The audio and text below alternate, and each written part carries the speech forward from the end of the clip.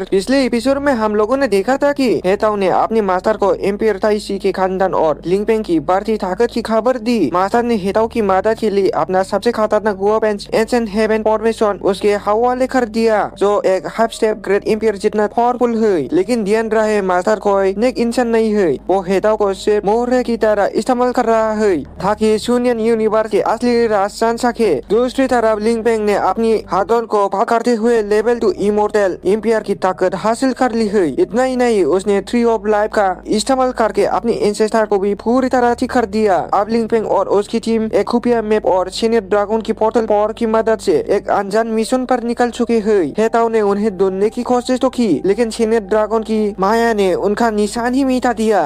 अब जब सब रास्ते बंद लग रहे थे, तभी सामने आया एक क्रशिंग शो टेम्पल, एक ऐसी जगह जहाँ एम्पायर लेवल के खजाने छुपे है। लेकिन लिंगपेंग अकेला नहीं है, दुनिया की बाकी ताकत भी इस मंदिर की तरफ बढ़ रही है। क्या लिंगपेंग इस शो टेम्पल का राज हासिल कर पाएगा या हेताओ का नया वेपन तबाह कर देगा? और यहाँ से शुरुआत होते न्यू एपिसोड की। इसी बीच सुशन टेम्पल जो दुनिया में प्रकट हुआ था, वहाँ पहले कोई फून चुका था। यानशी जो इमोर्टल एम्पियर बनने के बिल्कुल करीब था। ये टेम्पल पुरानी दुनिया के एक बहुत ताकतवर शख्स मास्टर थोंगकियान का है, जिसका कोई मुकाबला नहीं था। उन्होंने एक बार आधे ट्रांसेंडेंट दुश्मन तक को खा देखा था, तो इसमें कोई शक नहीं कि ये टेम्पल उनकी विरासत से भरा हुआ है। जैसे यानशी ने इसे देखा, उसकी नजर एक इमोर्टल लेवल की तलवार पर पड़ी। वो इसे लेने के लिए बेचैन हो गया। अगर उसे एक भी तलवार या कोई टेक्निक मिल जाती तो वो पक्का ब्रेक थ्रू करके इमोर्टल एम्पायर बन जाता। इसलिए वो उसे पकड़ने के लिए आगे लगा। बाकी ग्रुप भी तेजी से आगे बढ़े, क्योंकि कोई पीछे नहीं छूटना चाहता था। मगर जैसे यानशी एक तलवार पकड़ने वाला था, टेम्पल ने अचानक रिएक्शन दिया। उसने एक खाली जगह बनाई और सैकड़ों तलवारों से हमला कर दिया। यानशी ने एक खजाने वाले माथे से खुद को बचाने की कोशिश की, लेकिन अफसोस वो बहुत कमजोर था। तलवारों की बारिश ने उसे छलनी कर दी और उसकी मुखे पर मौत हो गई। अपने आखिरी पालों में उसे सिर फंसा हुआ था। उसने कहा कि खास वो दोबारा पैदा हो सके और फूकलैंड में न रहे, वही असली आजादी होगी, क्योंकि वो फूकलैंड से बंधा हुआ था और आजाद होना चाहता था। उसने ब्रेक थ्रू करने की कोशिश ही इसीलिए की थी ताकि वो फूकलैंड से भाग सके। लेकिन बदकिस्मती से एक दूसरे कल्टीवेटर ने उसकी सोल को खेत कर लिया। वो कल्टीवेटर उस रूह को वापस फूकलैंड भेजना चाहता था ताकि यानशी वहाँ दोबारा पैदा हो और उसे इनाम मिले। तो यानशी के लिए कोई आजादी नहीं थी, वो फिर से फूकलैंड में ही पैदा होगा। इस वजह से बाकी ग्रुप टेम्पल के फंस जाने से डरने लगे। वहाँ का डोमेन बेहद खौफनाक था। अचानक एक नीली रोशनी का बड़ा धमाका हुआ। उस रोशनी से एक ताकतवर शख्स निकला, यांग जीफेंग। वो ग्रेट टियाननाउ वर्ल्ड के लुंगान क्लैन का एम्पायर था। इस बार वो इमोर्टल एम्पायर के 4th लेवल पर था। पुराने जमाने में वो 7 लेवल तक पहुंच गया था, लेकिन जख्मी होने की बाद वो लेवल 4 पर गिर गया। वो अपनी शागिर यांग लाओ क्यू और एक मेल डिसेबल यांग हाइशियन के साथ पहुंचा। यांग जीफेंग ने हजारों तलवारें छोड़ी। उनका इस्तेमाल करके उसने सुशन टेम्पल तक जाने का एक नारी जैसा रास्ता बना लिया। वो साफ तौर पर अपनी ताकत की नुमाइश कर रहा था। वो उस तलवारों की नारी के ऊपर चलकर गए और जब शेओ डोमेन ने हमला किया तो वो उस नारी ने बिजली के झटकों को रोक लिया। वो बड़े सुकून और भरोसे के साथ आगे बढ़ती गई। जल्दी एक और ताकतवर शख्स वहाँ आया, थान जिउ थाओ, जो एंशिएंट वर्ल्ड के बॉयड शॉटलैंड का 5 लेवल इमोर्टल एम्पायर था। अफवाह है कि वो किसी जमाने में मास्टर थोंगकियान का खास शागिर था। इसी से पता चलता है कि वो कितना खतरनाक था। लेकिन जिनताओ के आने से जीफेंग पीछे नहीं हटा। वो इतना बड़ा मौका क्यों हाथ से जाने देता? जिनताओ ने कन्फर्म किया कि ये टेम्पल वाकई उनकी बुजुर्ग मास्टर थोंगकियान का ही है। वो पहले भी यहाँ आ चुका था और उसने खुद मास्टर से दाओ की तालीम ली थी।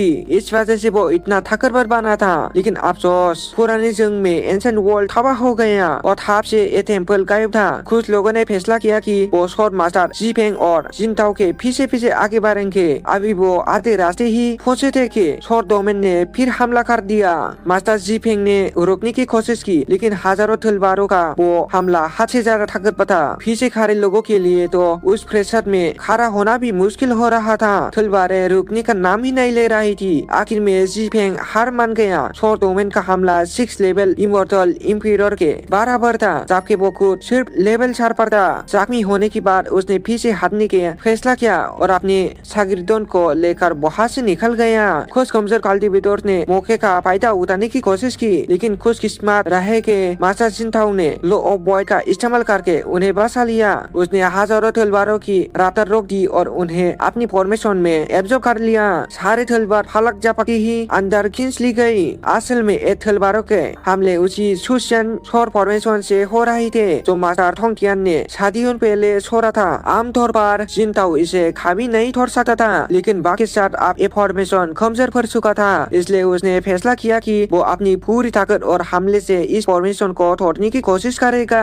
नीचे वाले कमजोर कल्टिवेटर्स ने आपस में लड़ाई शुरू कर दी क्योंकि वो टेम्पल के अंदर नहीं जा पा रहे थे। अब उनका पूरा भरोसा सिर्फ मास्टर जिनताओ पर था और वो उन्हीं से मदद की उम्मीद कर रहे थे। फिर जिनताओ ने एक खजाना निकाला, boundary mountain of the short domain. ये एक पुरानी और मशहूर चीज थी जो लेवल 9 एम्पायर रैंक की थी, बहुत ही ज्यादा ताकतवर। लेकिन दूसरी तरफ जीफेंग को सकता कि ये काम करेगा या नहीं, क्योंकि ये पहाड़ जैसा खजाना एक बार टूट चुका था, मगर अचानक उस पहाड़ ने शॉर्ट डोमेन के फॉर्मेशन को तोड़ दिया। जीफेंग ये देखकर दंग रह गया और जिनताओ की ताकत का ख्याल हो गया। अब जिनताओ इस बाउंड्री माउंटेन को 7th लेवल इमोर्टल एम्पायर की ताकत तक इस्तेमाल कर सकता था। तभी तो उसने फॉर्मेशन तोड़ दिया। लेकिन अचानक टेम्पल से एक भयानक छाया सामने आया और बोला कि इस टेम्पल में दखल अंदाजी बर्दाश्त नहीं की जाएगी। ये सब तौर पर वहाँ का गार्जियन स्पिरिट था। जिनताओ, जीफेंग और बाकी सब तुरंत घबरा गए। उन पर ऐसा हमला हुआ कि सब दूर जा गिरे और मुंह से